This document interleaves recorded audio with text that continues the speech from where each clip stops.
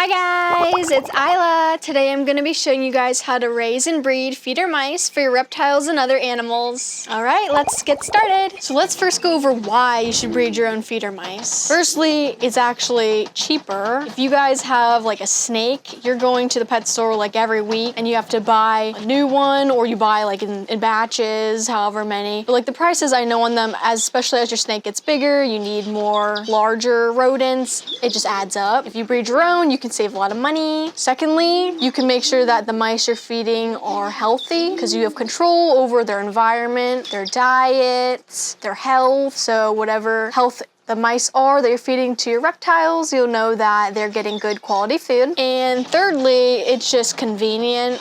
Instead of having to go to the store and buy all the food that you need, you'll just have the mice on hand, however many as you need, based on like how much you bred. A lot of my animals actually eat the mice, so it's very convenient for me to alternate between the insects that I raise for them and to also use mice for them. My eel, I have that. He's very big. He does eat mice. I also give some to my bullfrog and occasionally my tokay gecko. Now, before we dive into more details of the video, I would like to share a quick disclaimer. Here at BubblyPetz, we believe in treating all animals with respect and care. This video is meant to provide helpful information for those who need to breed feeder mice for their pets. We understand that this topic can be sensitive, especially for those who love mice as pets. Our goal is to offer practical tips while maintaining respect for all animals involved. If you have any concerns or questions, please feel free to leave a comment. Let's get back to the video. Now, let's talk about their cage setup. So, even people who keep mice as pets,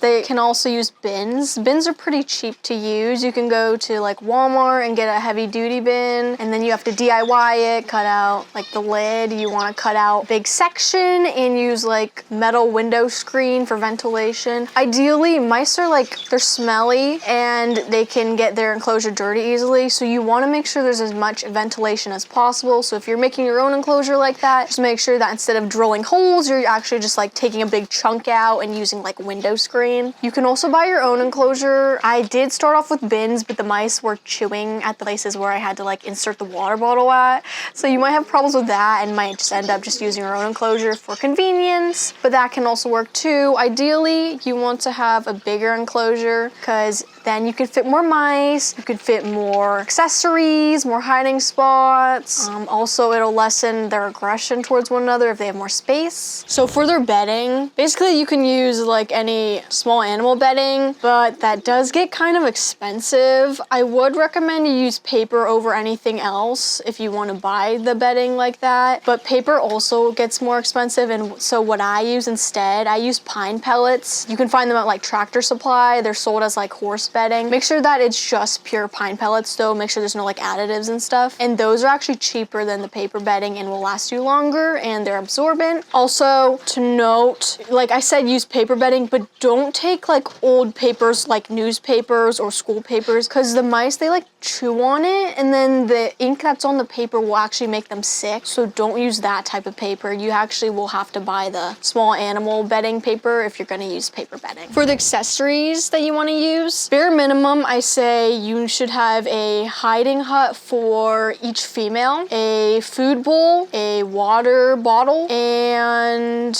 a wheel, or like those running saucer things, just because the females will need the hiding spots when they're giving birth, and it's better to make them not have to share with each other. And the hiding spots also help with the male's aggression towards one another. Food bowl, that's self-explanatory. You need like place to put their food. I do not recommend putting water in a bowl because they will just get that dirty real quick. Water bottles are the way to go for them. And for the wheel, basically that's just to make sure that the mice don't get fat, you know.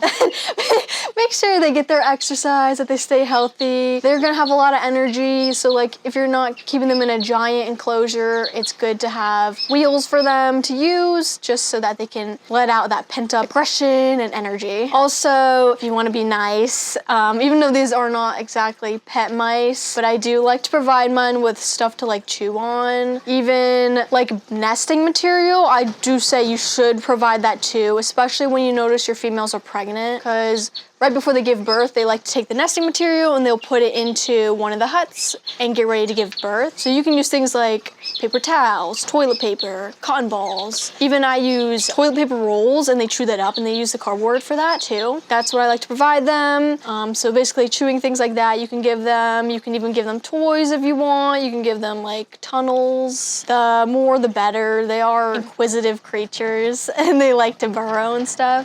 What challenges have you guys experienced while buying store-bought feeder mice? Let me know in the comments below. Now I'm just gonna add on about the food. You can buy like a mouse/rat seed mix or that you could find in the pet store. Although I do find it's kind of hard to find food mixes specifically for mice. Usually they're for like rats or like hamsters. A lot of mice owners, they actually recommend like making their own mixes out of the stuff. And there's like a certain guideline of a percentage of how much seeds, how much grain, how much things like that to put in. I can put a note on the side of the screen for you guys to see. For me personally, I make my own mix that I feed to them and that I feed to my hamsters. You can also buy the Missouri like rat/mouse pellets. Those are pretty good and they're usually completely nutritional for them. Usually don't need to add anything to that and they can just live off of that. I like to use those pellets, but I like to add seeds and whatnot else too, just to make sure that they get a lot of nutrition, make sure they have some variation in their food. Next, I'm gonna tell you guys how to arrange the cage for them. Now, I mean, these are not pet mice, they're kept for feeders. Again, let me say that, because usually the pet mice, you're supposed to have, like pretty much with all rodents, a lot of bedding, like you want like real deep, because people, it's for the rodents, they like to burrow basically, but that doesn't really work too well if you're like breeding them as feeders, because you're going to be needing to clean their cage a lot. It's just like wastes a lot of bedding. It just doesn't really work really well that way. So basically, since I use the pellets, I just do a thin layer at the bottom. So you can just use a thin layer of the bedding. That'll ensure that you can clean their cage easily as often as you need to make sure that it doesn't smell. After the bedding, basically with the huts and all the chew toys and tunnels, you can just scatter that around the cage. Ideally, like keep the huts like in separate corners away from one another so they're not like facing each other. That might help them with security needs and stuff when they're raising their young. For the food bowl, I recommend keeping that like in a whole separate corner so that they don't like trample everything into it. Even the water bottle, just make sure like it's not right next to the food because it might leak. I've had problems with that. So just make sure like it doesn't leak into the food. Just keep it like to the side. I recommend using a large water bottle if you are keeping a lot of mice, because that'll make sure that the water lasts for a while before you have to worry about them running out. Hey guys, by the way, if you guys could consider supporting my channel, you can visit my website link down below on the screen. This will help me create more amazing content for you guys full time. I really appreciate it. And let's get back to the video. If you're wondering why I look different, I had to stop filming. There was a family emergency, but now I'm back to it. And then for their running spinners or their wheels, again, you just want to make sure that you're putting it in a spot where there's enough space for it to move without hitting the walls of the enclosure, without hitting the top or anything. Just make sure there's enough space. For the sizing too, for the wheels, you do want to make sure that you're getting a bigger wheel size, not those super tiny ones. You want to make sure that when they're running on it, their back isn't very arched so that you can see their tail. Basically, you want to make sure that it is a size that's big enough when you take into account their body plus their tail. So when you're picking out a wheel, you just want to make sure that you're taking into account how long their body is, but also how long their tail is. And also make sure you don't pick out the wheels that are like metal grids. You don't want those because that can cause bumble feet. Like their feet could get stuck in it. The accidents happen and it's not good for their feet. So you just want to make sure you get those solid ones. Could be wood, could be plastic. Just make sure there's not holes along it. And to add to, for the cage, basically, I know I will show mine soon, and I know mine has 2 layers, but ideally, I don't recommend the type of cage I have because it's difficult cleaning the top layer because you can't put bedding on there or else they'll chew it up or they'll just throw it outside the cage. Ideally, you want a cage where the bottom's flat and the walls are high enough that they can't throw the bedding out of the cage, just so that it's easier to clean, because if you have just a flat surface that that has no bedding on it, like they'll poop all over it and it's really hard to clean. Now we're going to talk about cleanliness and cleaning the cage. Mice, they can be quite prone to ear infections. They can get sick if you aren't regularly cleaning their cage. People might say they smell. I mean, yeah, they do. If you don't clean the cage often enough, you will smell like it's a harsh ammonia smell, basically. They quickly make that smell in their cage, so it is good to clean as often as you need in order to avoid that. I do recommend when you're changing out the bedding that you can keep a small portion of their old bedding and just mix it with the new bedding. That is supposed to make them not mark as much, so then it won't smell as fast. Also, when you're cleaning their cages, you should clean their accessories. Make sure you clean their water bottles, their toys, their huts, because especially the males, they like to poop over everything, so you just want to make sure you're keeping those things clean. Personally, for me, I usually do a full clean on the enclosures once a week, and then during the middle of the week, I will clean their food bowls and give them more food and water. Also, if you guys have baby mice and you need to clean your guys' enclosure, you can still clean it, don't worry. But what you want to make sure is that the enclosure that you're moving your mice to, while you're cleaning their main tank, you want to make sure that you move all the babies with the adults. And you want to take the babies and just keep them in a bundle together and then just put them in the same container with the adults. The adults will keep them warm, but also keeping the babies next to each other like that will also keep them warm. You want to be really careful with them because they can die very quickly and easily if they are too cold. Now I'm going to talk about picking your mice when you're starting off your breeding colony. Ideally, you want to get ones that are in good shape. You want to make sure they're all healthy. I can show you guys what a healthy one looks like. Basically, their fur should be shiny. It should be flattened on their body. It shouldn't be all prickled up. Their ears should look clean. There shouldn't be any discharge coming from it. You want to make sure that there's no blood or anything. Same with their nose and eyes. You don't want them to be watery or crusty. If they have like some bite marks on them or something, as long as they don't get an infection or anything, they're fine. Sometimes mice fight, so unfortunately it can be unavoidable. Also, you want to make sure when they're breathing that it doesn't seem like they're sneezing or coughing.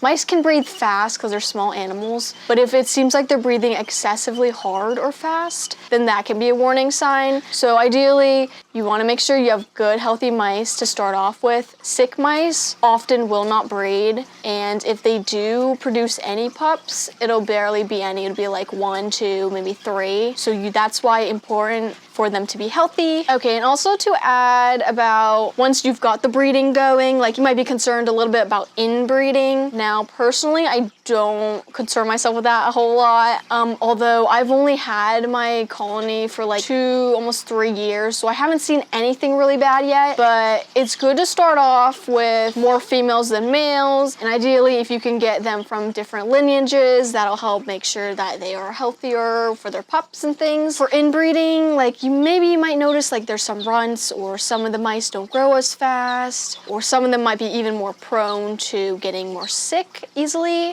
Usually it's not too much an issue if you're not keeping certain ones for super like long term, like years. Like if you're like rotating through your mice, like going through them, and you're constantly exchanging the old ones for the new ones, you're not really going to see like a difference. I mean, it might impact longevity, but usually you're not going to see that problem if you're using your mice as feeders. Again, if you are really concerned about that and you get further in, like further than me, into your colony, you can always add new mice into it to help create more diversity within their genetics, and that can also help. Now we're going to talk about once you've got your mice, how you want to introduce them.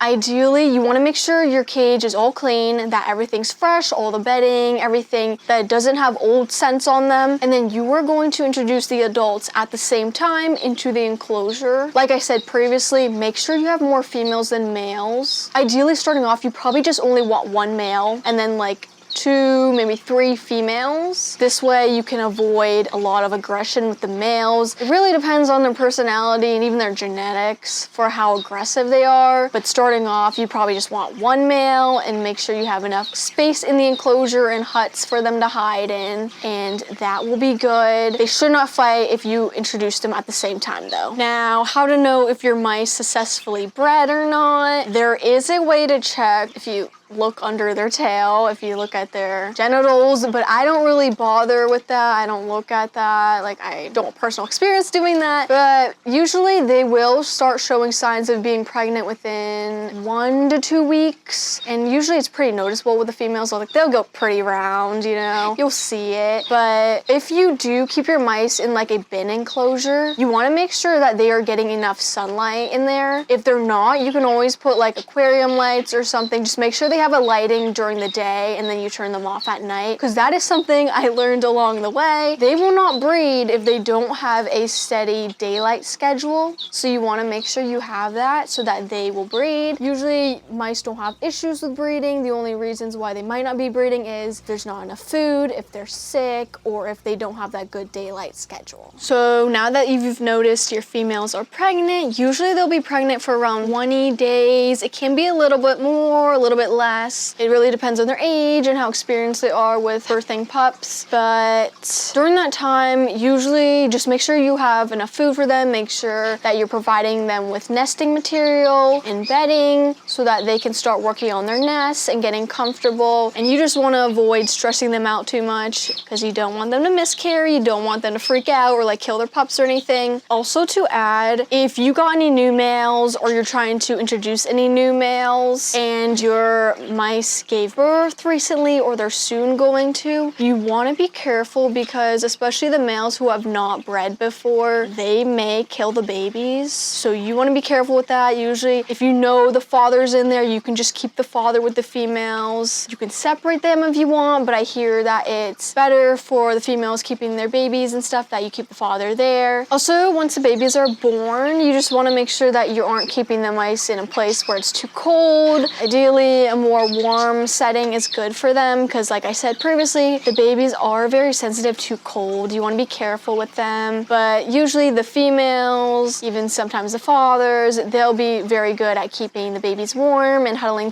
them together in their nests with all the nesting material. So if any of you guys are wondering about weaning, like if you're thinking like, oh, puppies need to be weaned, right? But mice, you don't need to worry about that with them. They do it themselves. They're very good at it. I've never seen any issues with that. The females, they feed them for as long as they need to, and the mice, once they get to a certain age and size, they will start eating on their own. Mice pups grow very quickly too. So you'll notice like within a couple days, they might be a tiny bean when they're born, and then the next few days, they're like big and they might have fur already. Like, they grow really fast. For once the babies are bigger, once they get to the hopper stage, you can separate them by males and females if you want to avoid future breeding. Like me, I just keep a smaller colony size. I don't need a million mice, so sometimes I do need to keep the males and females separate for a while until I can get the population numbers down so I don't have overbreeding. But usually the males and the brothers, if you put them together in a cage, and as long as you aren't like separating them from each other for a long time and putting them back, they should recognize each other and they should be less likely to fight. But while they're still in the hopper stage, there practically will be no fighting. It's not until they reach the adult stage that there might be some fights. But separating them, if you have more than one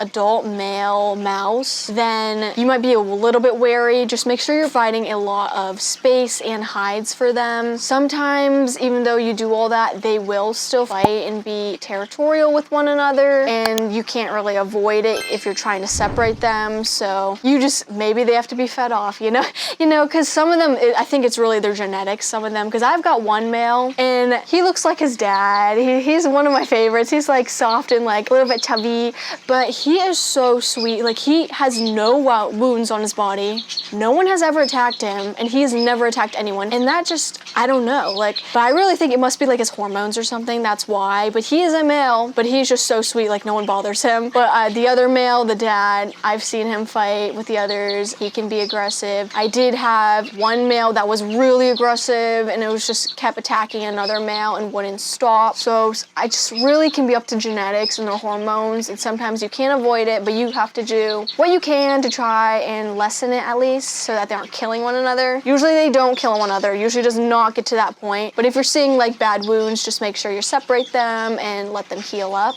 Okay, before we go into the next section, I do want to remind you guys of a quick disclaimer. We will not be showing any graphic content, and we're basically going to be talking about feeding your feeders off to your other animals. So just to be respectful, we just don't want to show you guys anything super graphic. Okay, so if you guys are wondering, okay, I have my mice, I have my animal, and they're hungry, but how should I feed them off? Well, you can live feed, that is one option, or you can euthanize the mice before you feed. Ideally, live feeding is not considered humane. And also the mice, like if they're struggling for their life, they could hurt your other pet while they're trying to eat it. And it just can be painful for the mice. So that's why you should avoid it unless your animal is really picky and will not eat anything dead. If you are going to euthanize the mice first, there is a method that a lot of people recommend that is supposed to be humane, where basically they use carbon dioxide and they put the mice into another container and they get like a tank of the carbon dioxide, not monoxide,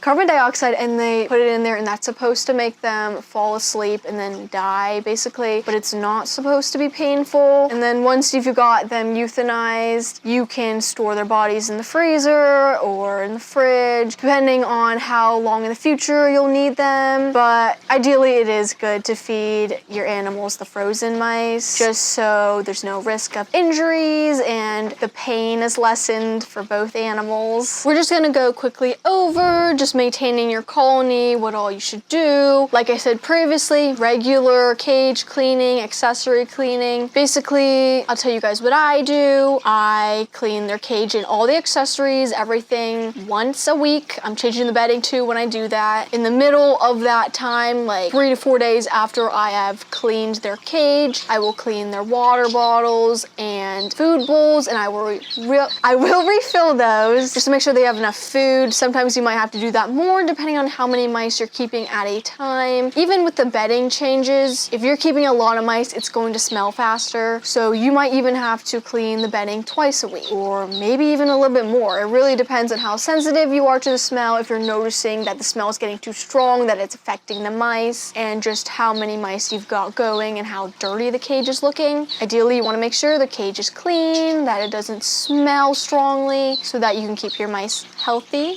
Now I'm going to touch on health checks. Usually your mice will not get sick if you're keeping their enclosures clean, you're feeding them well, making sure they have water, and you're making sure they aren't fighting to the point of getting serious injuries. But you can always go through your colony, look through at your mice, check their ears, their nose, their eyes, their breathing, if they're being lethargic, especially their fur, making sure that it's in good condition, because healthy mice, they groom themselves. So if their fur is not looking very nice, then they're not grooming themselves for some reason, and that can mean illness. And now I'm going to tell you guys how to avoid overbreeding, like rotating your breeders. Basically, I do keep some older females for a while because they are experienced, they know what they're doing, but you can always rotate your males from the different enclosures, or you can rotate even your breeding females that you keep. Basically, as you get new babies born, you can let some grow up and you can keep the younger ones, you can feed off the older ones. It might sound mean, but it's just to make sure that your colony keeps going and that everything's healthy and running very well. Especially like if the females, if they get really old, they're not going to produce as many babies. They'll be more prone to illness. Even some of the males, maybe they're not as potent anymore. If they get older, you just switching things out based on their ages and stuff. But typically they can live, like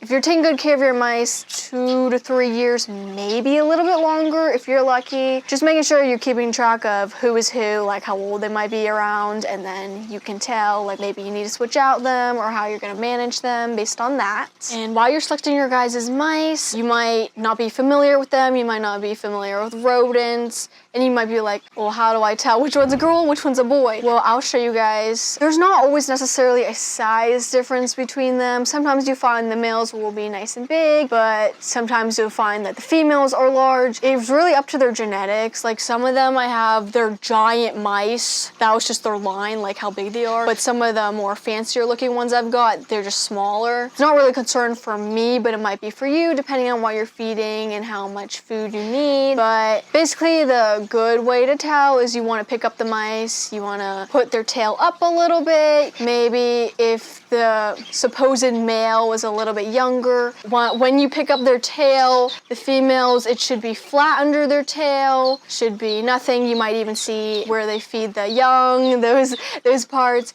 But for the males, you usually will see like 2 lumps under the tail, if you know what I'm referring to. If they are younger or if they're stressed, they can even hide those. So that's why I say if you're not totally sure, you just want to press on the stomach a little bit and they should come out. You should see them. But that is pretty much the tell-all sign of how to tell which one's a male or female for when you're separating them. Now you've learned how to breed and raise mice for feeders. If you're curious how I adopt my bullfrog, watch this video next. Have a good one, and I'll see you in my next video. Bye!